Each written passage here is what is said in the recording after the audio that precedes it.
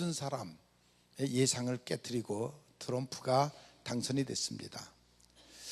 저는 그 모습을 보면서 미국 국민들의 정서가 변해가는구나 하는 것을 느꼈습니다.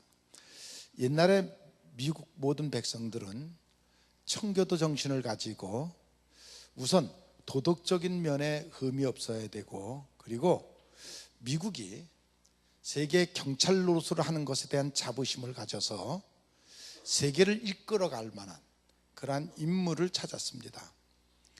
그런데 이번 선거를 보면서 새로운 것을 느꼈는데, 이제는 내가 먼저 배불러야 되겠다, 내가 먼저 살아야 되겠다.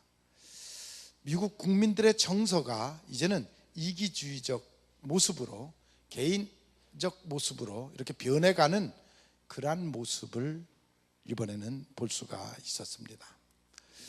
또 하나의 사건은 우리나라 대통령의 문제였습니다. 정말 생각할수록 허탈하고 속이 상하고 국민들이 좌절할 수밖에 없는 그런 상태였습니다. 똑똑하다고 하는 사람들만 뽑아서 모아놓은, 어떻게 청와대에서 그렇게 어처구니 없는 일이 일어날 수 있었는가 생각하게 됩니다. 어떻게 이 나라가 이렇게 텅 빈 것 같은 그러한 나라였는가 하는 생각이 들었습니다. 몇 명에 의해서 국군이 좌우되고, 정말 사람을 만나는 일이 얼마나 중요한가 하는 것을 느꼈고, 저는 이 박 대통령을 보면서 늘 염려했던 것 중에 하나가 그가 정상적인 보통 사람의 삶을 살지 않았다는 것입니다. 그리고 그가 늘 커오면서 본 것이, 무슨 행사가 있으면, 나라에 어떤 사건이 있으면 늘 TV에서 자기 어머니 아버지가 살해되는 그런 모습들, 그런 장면들을 늘 보면서 자라온 그러한 사람이었습니다. 그에게는 우리가 생각지 못하는 큰 아픔과 상처를 늘 지니고 있었던 그러한 사람이었습니다. 어저께 지난 금요일 날 이천 순복음교회에서 CTS 헌신 예배가 있어서 제가 참석을 했는데, 거기에 오신 그 목사님이 이제 우리가 오늘 오후에 가서 헌신 예배를 드리는 그 교회 목사님이신데, 그분이 그런 얘기를 해요. 자기가 장신대를 졸업할 때 입학을 했는데, 그리고 자기가 학생회장을 했고, 그때 총장이 이종성 박사였는데 박근혜가 그 학교를 입학을 했대요, 신학교를. 그러니까 그때 당시는 전 뭔가 신학을 하고 싶어서 입학을 했겠죠. 그런데 그때 당시 학생들이 하도 데모를 해가지고 독재자의 딸이 왔다고, 신학생들이 데모를 하고 총장이 그래서 그걸 내보냈대요. 그러면서 그 목사님이 이렇게 된 것도 우리들의 책임이다, 우리들의 죄다, 그런 얘기를 하는 것을 제가 지난 금요일 들었습니다. 이 사회가 그와 같은 결과를 만들어냈다 하는 생각을 하게 됩니다. 그에게는 큰 아픔의 한이 있었기에 그 아픔이 또 이런 역사의 큰 아픔을 갖고 오는 것을 볼 수가 있습니다. 지도자의 길이라는 것은 잠시도 방심해서는 안 됩니다. 한순간 평생에 쌓은 공이 무너질 수 있다는 사실을 결코 잊어서는 안 됩니다. 어제도 그 많은 100만의 백성이 그 청와대 앞에서 소리를 지르고 촛불을 밝히는 모습을 보면서 저는 그런 연상을 했습니다. 마치 옛날에 굴 속에 있는 곰을 잡기 위해서 연기를 피워가지고 곰을 끌어내는 그런 모습, 백성들이 100만이 모여서 아우성을 치고 촛불을 밝히면서 청와대에 있는 곰을 끌어내려고 하는 그런 한 모습을 보면서, 저 백성들이 만약에 저 곰이 나오면 어떻게 하겠다는 거냐, 어떻게 하려고 저렇게 하는 건가, 거기에 대한 준비는 전혀 돼 있지 아니하고 무조건 나와라, 어떻게 하겠다는 것이냐 하는 아쉬움을 저는 생각하게 됐습니다. 이 모습도 우리의 아픈 과거가 역사가 만들어낸 그런 결과였습니다. 이런 사건을 통해서 아마 하나님은 우리 민족을 더 강한 민족으로, 지혜로운 민족으로 만들어 갈 줄로 저는 믿습니다.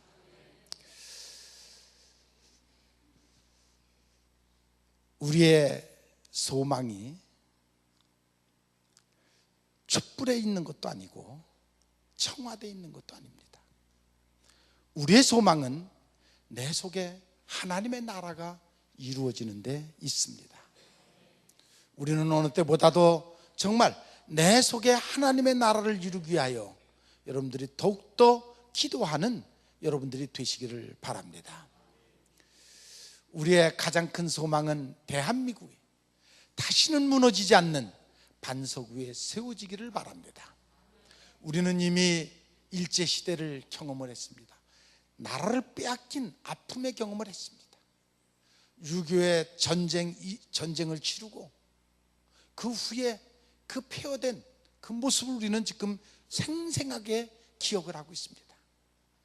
그리고 숱한 쿠데타와 혁명, 그것을 통해서 서울 시내가 치르탄 가스로 가득 찬 그런 때를 우리는 이미 경험을 했습니다. 여러분들은 그 치르탄 가스를 맞아본 적 있습니까? 눈이 매우고 눈을 뜰 수가 없고 온몸에 마비가 오고, 그 경험을 여러분들은 해봤습니까? 다시는 이런 일이 우리 한국에 일어나지 않기를 위하여 먼저 우리는 간절히 기도를 해야 합니다. 한 사람의 잘못된 지도자가 나라를 파산시킬 수 있습니다. 독일의 그 히틀러가 일본의 군주주의자들이 또는 모택동이, 아니 김정은이가 한 사람에 의해서 나라가 파괴되는 또 큰 비극을 가져오는 그러한 모습을 우리는 보았습니다. 국가는 한 사람의 지도자를 통해서 건설될 수도 있고 파괴될 수도 있습니다. 그러나 사실 그 역사를 이끌어가는 것은 역시 군중입니다. 또 그 역사가 평가받는 것은 그 군중에 의해서 평가를 받는 것입니다. 프랑스의 혁명, 민중혁명이 있었습니다. 3.1 운동도 있었습니다. 모든 민족이 다 역사를 건설해 가는 것은 아닙니다. 히틀러에게 맹종하는 국민도 있고, 스페인의 오르데가라는 그 군중들도 있었습니다. 그것은 민족을 야만적으로 만들었고 결국 현대를 파탄에 이르게 했습니다. 북한의 로봇처럼 맹목적으로 움직이는 그런 군중도 지금 있습니다. 지혜로운 개인은 역사의 건설에 참여하고 어리석은 군중은 역사를 파멸시킨다는 말이 있습니다. 토인비는 역사를 건설해 나가는데 가장 중요한 것은 자각하고 있는, 아니 지각이 있는 민중에 의해서 그 역사는 이끌어져 간다고 그는 그렇게 말하고 있습니다. 사실 역사는 그들에 의해서 지켜온 것이고 어리석은 군중이 그르칠 때 그들에게 방향을 잡아준 것도 바로 중견층에 있는 지각 있는 사람들이었습니다. 부모를 선택할 수 없고 우리는 나라를 선택할 수가 없습니다. 이미 우리에게 쥐어진 부모였고 쥐어진 조국입니다. 우리의 조국 대한민국은 우리의 삶의 터전이며 생존의 그 주권이 보장되어 있는 것이 바로 대한민국입니다.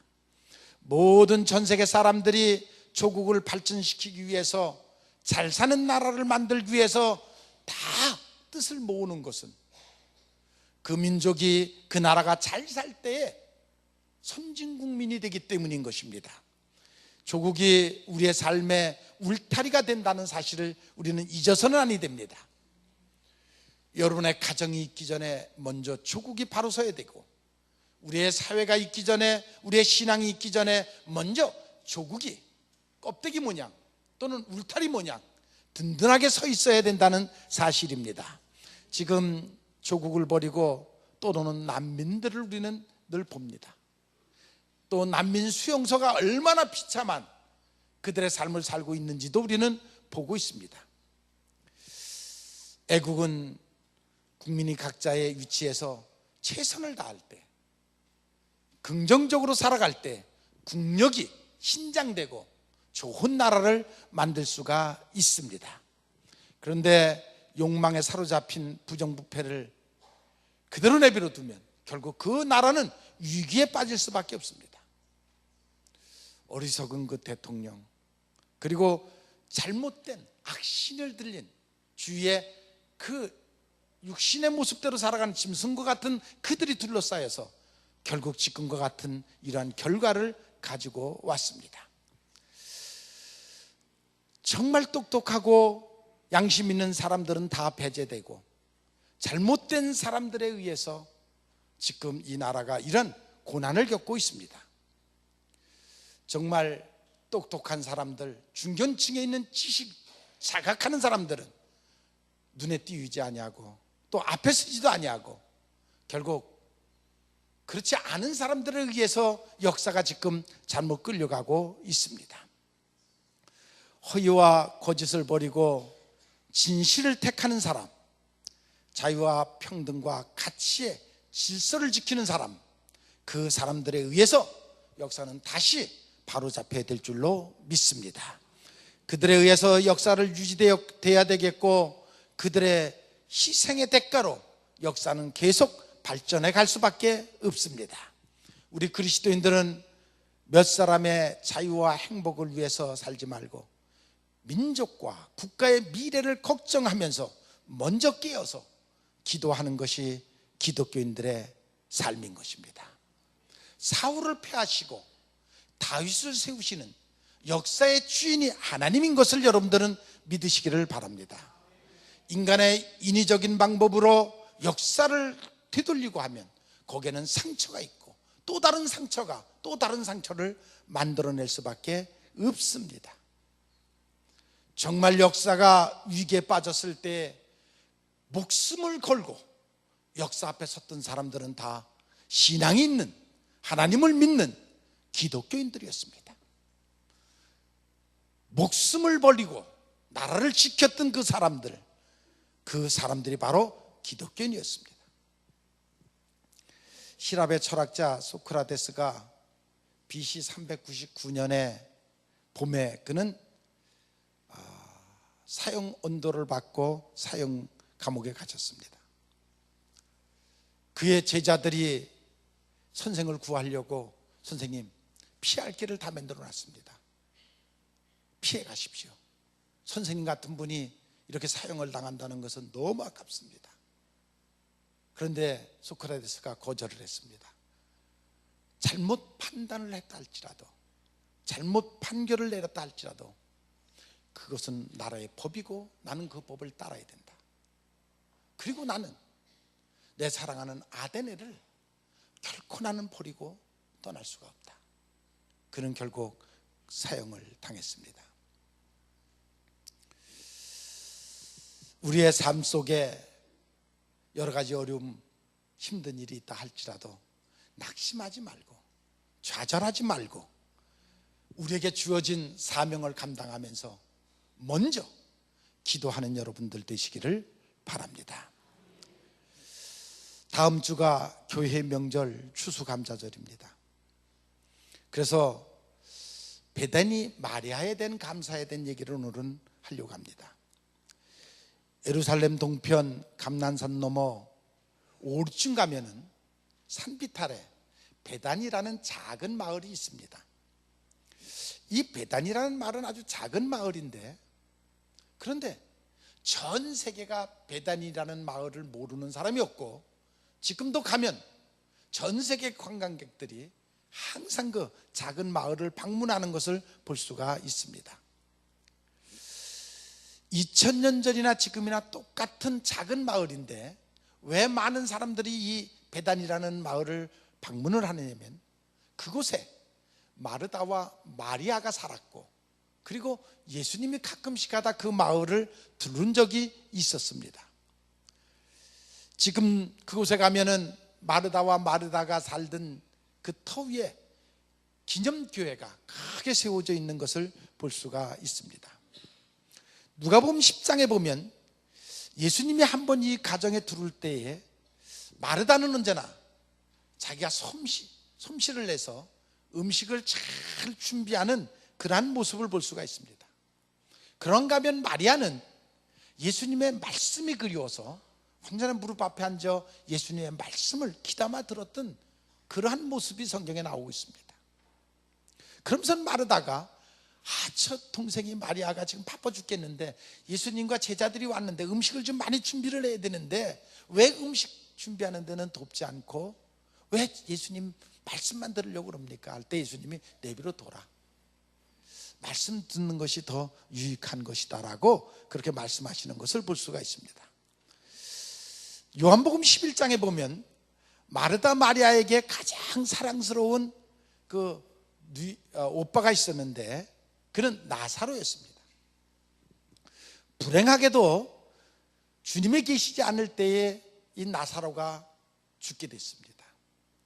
그래서 마르다와 마리아가 얼른 종을 보내서 예수님을 모셔와라, 지금 오라비가 죽게 됐다, 그렇게 예수님을 모셔오라고 그랬지만 예수님이 급히 오질 않고 결국 죽고 난 나흘 만에 예수님이 그곳에 방문하였습니다.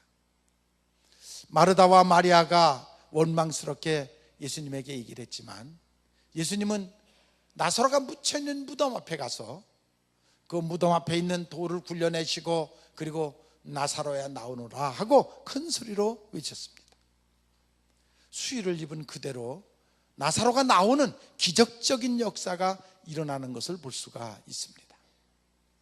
또 요한복음 12장에 보면 그 동네에 주님을 위해서 큰 잔치를 베푸는 내용이 오늘 나오고 있습니다. 그때 마리아와 마르다가 다 기쁜 마음으로 그 잔치에 참여를 하는데 마리아는 예수님 앞에 가장 귀한 향유를 부어드리는 그 사건이 오늘 본문에 나오는 것을 볼 수가 있습니다. 이 사건은 마태복음 16장, 마가복음 14장에도 똑같은 내용으로 기록되어 있는 것을 볼 수가 있습니다.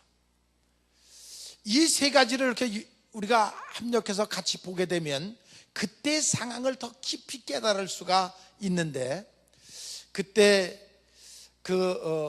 연회를 베푼 장소는 시몬이라는 시몬 문둥이네 집에서 그 큰 연회를 베풀었습니다.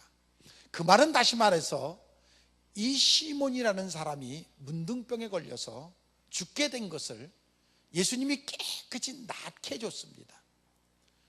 문둥병, 그때는 약이 없을 때입니다.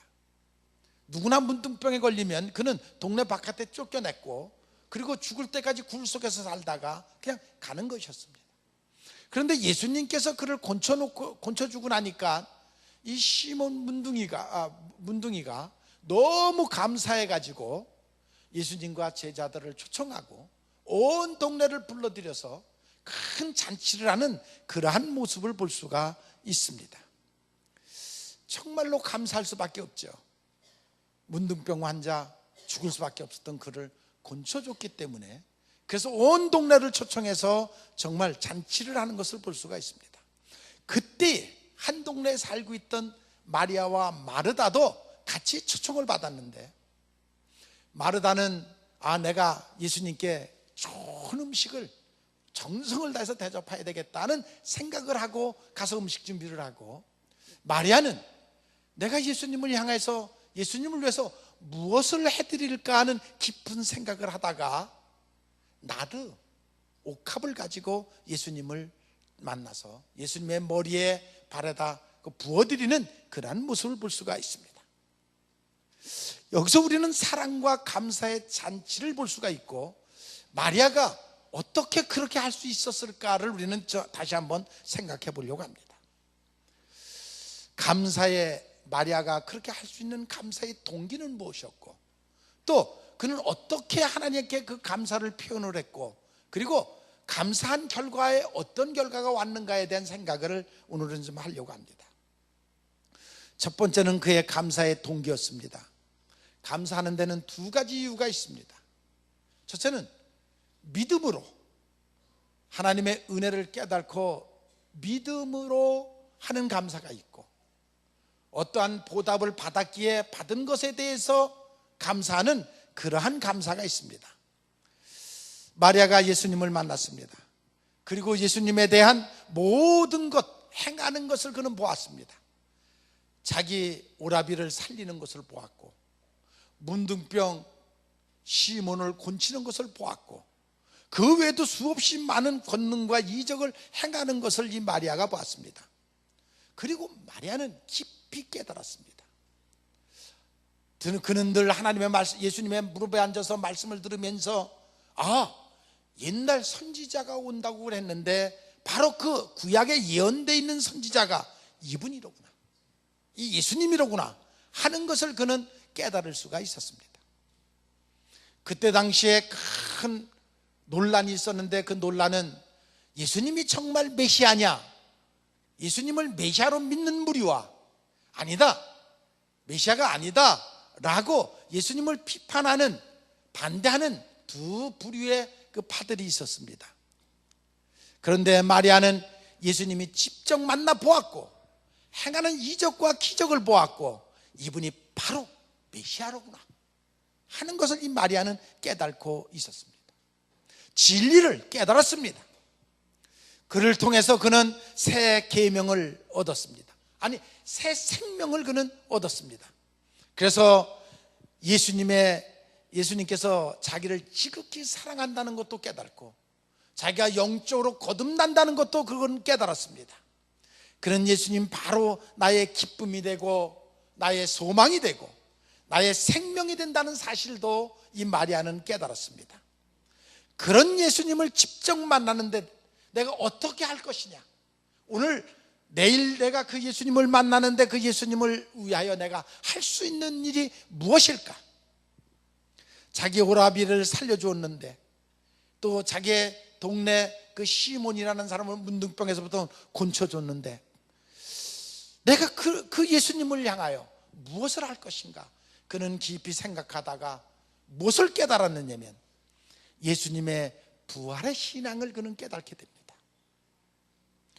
죽은 오라비를 살려내고 문둥병을 곤쳐내주고 하는 그것을 통해서 그는 부활의 예수님을 그는 깨닫게 됩니다. 그것을 깨달자 그의 마음속에 우리가 상상할 수 없는 은혜와 감사와 감격이 그 마음속에 넘쳤습니다. 우리가 지금 상상할 수 없는, 마리아만이 품을 수 있는 영적인 세계, 놀라운 세계를 발견하고 그는 감격하고 감사할 수밖에 없었습니다. 그의 가슴이 터질 듯 벅찬 것을 그는 느낄 수가 있었습니다. 그래서 그는 두 번째 감사를 표현하는 방법을 우리에게 보여주고 있습니다. 예수님께서 오신다는 소식을 듣고 마리아는 여러 가지를 생각하다가 나에게 생명을 줬고 나에게 기쁨을 줬고 나에게 영생을 주신 그 주님을 향하여, 영원한 소망을 주신 주님을 향하여 내가 할 수 있는 일이 무엇일까?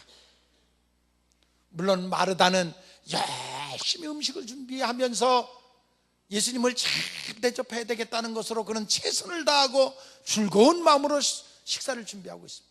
어떻게 생각하면 지난 밤새도록 준비했는지도 모릅니다. 그가 항상 해왔던 것은, 또 그가 할 수 있었던 일은 그것뿐이었습니다. 그런데 마리아는 말씀을 들었고 이번 기회를 통해서 예수님을 가장 잘 대접할 수 있을 것이 무엇일까? 그는 생각하다가 임금님이 왕위에 오를 때에 나드향 기름을 발라 그 향기를 붓는데 내가 예수님을 그렇게 해야 되겠다, 그렇게 생각하고 그는 자기가 평생을 모아놓은 나드향을 갖고 예수님 앞에 찾아가는 것을 볼 수가 있습니다. 왕 중에 왕이시고 선지자 중에 선지자시고 메시아가 되시는 예수님을 향하여 내가 향유를 부어드려야 되겠다, 그런 생각을 했어요.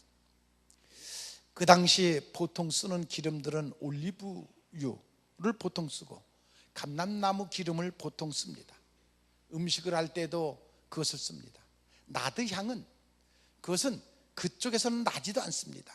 이 나드향은 아라비아, 인도, 이런 데서 생산이 되고 그곳에서 수입해 오는 굉장히 비싼 향유인 것입니다. 나드향을 어떻게 만드냐면 그것은 100가지 이상 1000가지 장미꽃과 수선화꽃 꽃의 100가지 내지 1000가지를 모아서 그 꽃에서 기름을 짜서 나오는 향, 그것이 나드향입니다. 그러니까 굉장히 비싼 향입니다. 그것을 늘 옥합에 이렇게 담아가지고 밀폐해가지고 이제 수입을 하는 그러한 비싼 기름입니다. 그때 유다의 말을 빌려서 말하면 그 기름값이 이것을 달아서 팔면은 300데나리온을 받을 수 있을 터인데 하는 것을 보면 이 300데나리온이 한 데나리온이 그때 장정의 하루 품값입니다. 지금으로 말하면 장정이 10만 원을 받는다 그러면 3천만 원입니다. 3천만 원에 해당되는 그러한 연봉에 해당되는 그러한 돈입니다. 그러한 기름을 지금 마리아가 예수님의 머리에 그냥 부어드리는 그러한 모습인 것입니다.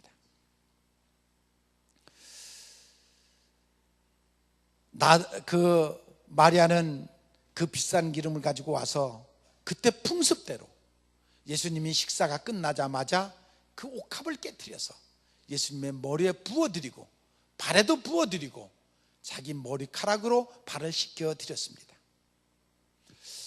이 한 모습은 마리아의 신앙 고백입니다. 주님을 향한 내가 가장 할 수 있는 일, 정말 생명까지도 드릴 수 있는 그러한 모습, 전신전력을 다해서 주님께 내가 어떻게 감사를 표현할까 하는 모습으로 드려진 자기의 신앙 고백이었습니다. 감사의 표현이었습니다. 오빠를 살려주고 시몬을 문둥병에서 건져주시고 뿐만 아니라 내 영혼을 구원해 주신 그 주님께 내가 할 수 있는 가장 좋은 방법, 그것을 마리아는 선택한 것을 볼 수가 있습니다. 그 결과 어떤 소리를 듣습니까? 유다와 몇 제자가 마리아를 비난합니다. 왜 허비하느냐? 300데나리온 3천만 원, 그 귀한 돈을 그렇게 부어서 버릴 것이냐? 요한복음의 기사를 보니까 그 얘기를 하는 가룟 유다에게는 딴 생각이 있었다라고 말하고 있습니다. 가룟 유다는 예수님을 깊이 알지 못했습니다. 아니, 마리아의 그 영적 세계를, 아니 성령이 지금 마리아를 통해서 하는 그 큰 역사를 가룟 유다는 깨닫지 못했습니다. 그러게 그의 마음속에는 낭비한다, 허비한다 하는 인간의 생각, 그 생각밖에는 그에게는 없었습니다. 이 속에 숨겨져 있는 깊은 뜻을 깨닫지 못했습니다. 성령이 지금 마리아의 마음을 감동시켜서 지금 영적으로 어떠한 큰 의식을 행하고 있는지를 이 가룟 유다는 깨달을 수가 없었습니다. 왜? 육신의 생각에, 세상 생각에 가득 차 있기 때문입니다. 세상으로 보면 성자들의 하는 모든 행위는 낭비하는 인생같이 보일 수밖에 없습니다. 세상이 왜 교회를, 가난한 자들을 돕지 아니하고 교회만 크게 짓고 왜 그렇게 낭비하느냐고, 왜 그렇게 허비하느냐고 교회를 실책하고 비난합니다. 그들이 학교를 짓는 데는 비난하지 않습니다.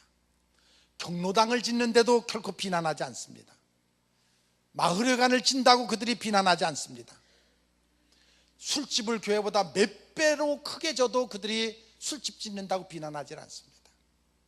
호텔을 교회보다 몇 배 크게 져도 호텔 짓는다고 비난하는 사람들은 없습니다. 그런데 그들이 왜 교회를 짓는 데는 비난을 합니까? 그들은 떡으로만 사는 것을 생각합니다.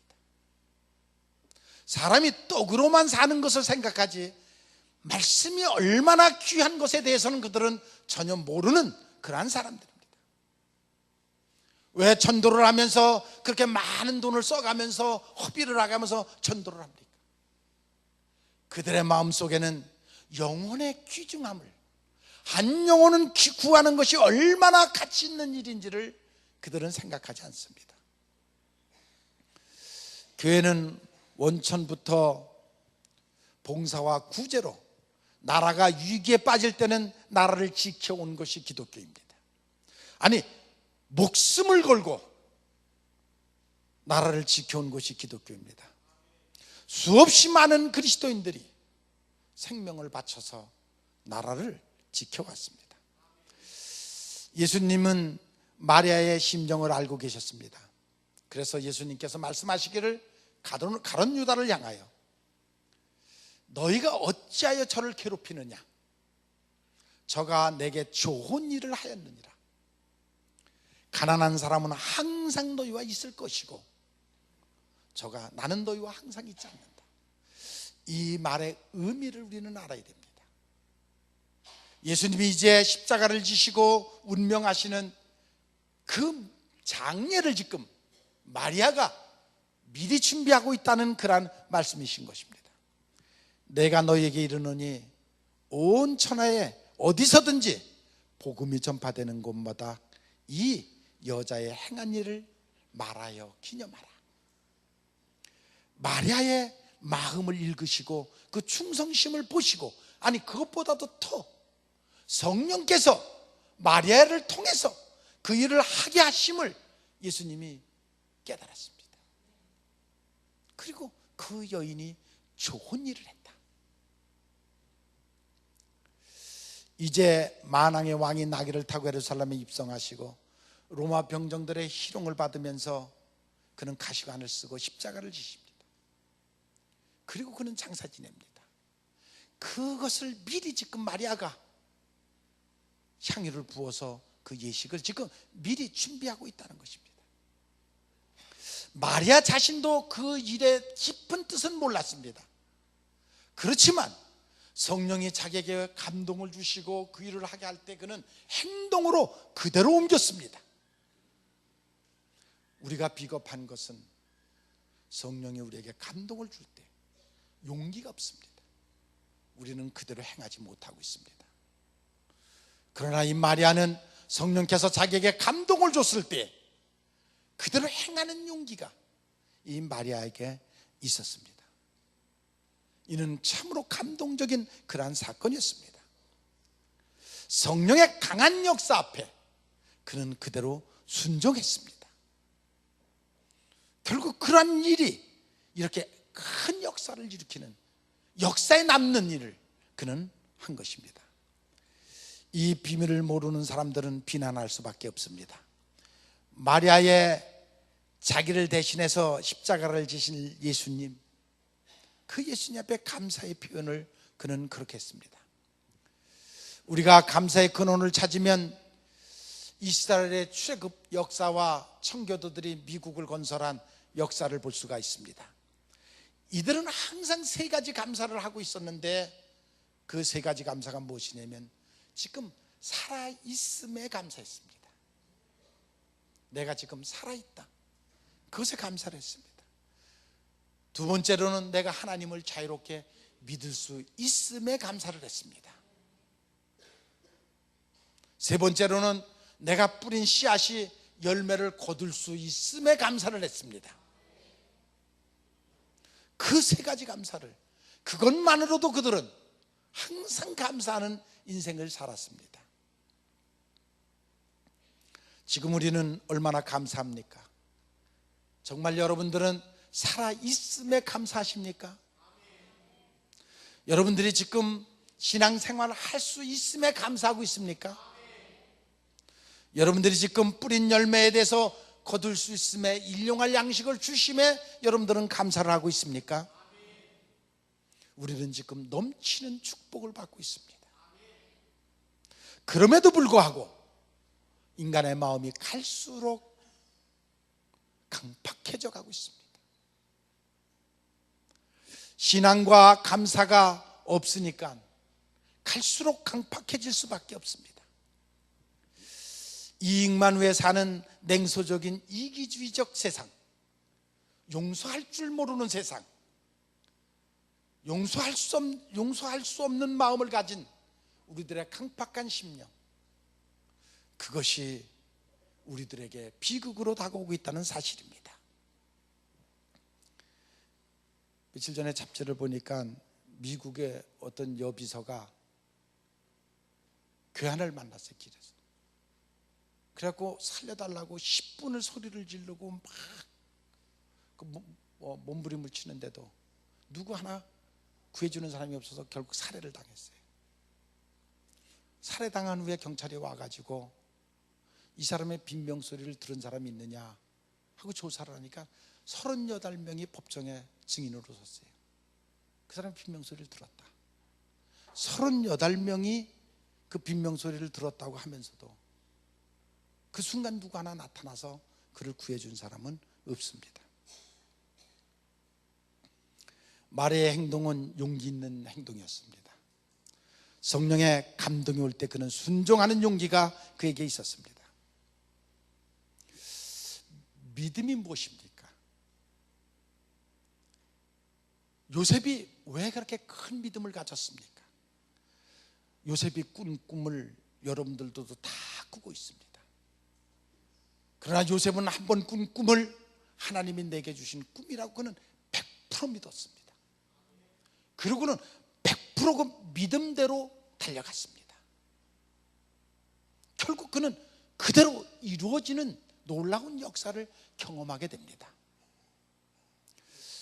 여러분들에게도 요셉과 같은 꿈을 하나님은 늘 주십니다. 그러나 여러분들은 10%밖에 못 믿습니다. 10% 가다가 주지 않습니다. 10% 가다가 포기합니다. 완전한 믿음을 갖지를 못하고 있습니다. 그래서 믿음대로 될지어다. 믿는 자에게 할 수 있거든이 무슨 말이냐? 믿는 자에게는 능치 못함이 없느니라. 여러분들의 믿음대로 되는 것입니다. 믿는 것만치 되는 것입니다. 우리는 하나님과 나와의 관계가 믿음의 관계입니다. 믿음의 끈이 끊어지면 아무것도 아닙니다. 끈 끊어진 연 모양 되는 것입니다. 여러분들은 어떠한 상황 속에서도, 아니 어떠한 환경 속에서도 하나님을 향한 믿음을 붙잡고 살아가는 여러분들이 되시기를 바랍니다. 비록 마리아의 행동이 이 땅에서는 낭비하는 것 같지만 그는 하나님의 뜻을 이루어드린 귀한 딸이었습니다. 인생은 짧고 허무합니다. 마리아는 그 짧고 허무한 인생 속에서 저 천국의 영광을 위하여 큰 역사를 일으키는 그러한 여인으로 행하는 것을 볼 수가 있습니다. 하늘에 보호물을 쌓아두는 가치 있는 인생을 그는 살아갔습니다. 주님을 위해서, 주의 일을 위해서, 그는 복음 전파를 위해서, 또한 소자에게 작은 일 하나를 돕는 것이 하늘에 쌓아하는 것을 여러분들이 믿으시기를 바랍니다. 마리아가 당신은 허비하는 것 같았으나 그는 전 세계에 마리아를 모르는 사람이 없습니다. 마리아의 행적을 모르는 사람이 없습니다. 그는 또 천국에 가서도 영광 속에 있습니다. 우리는 그를 만날 것입니다. 이제 한 해가 저물어 가고 있습니다. 다음 주가 우리는 감사주일로 지킵니다. 정말 여러분들은 무엇을 감사하고 있습니까? 무엇에 대한 감사를 하고 있습니까? 성령이 여러분들의 심령 속에 역사하실 때 정말 감사를 느끼시고 그 감사에 감격할 수 있는 여러분들이 되시기를 주님의 이름으로 축원을 합니다.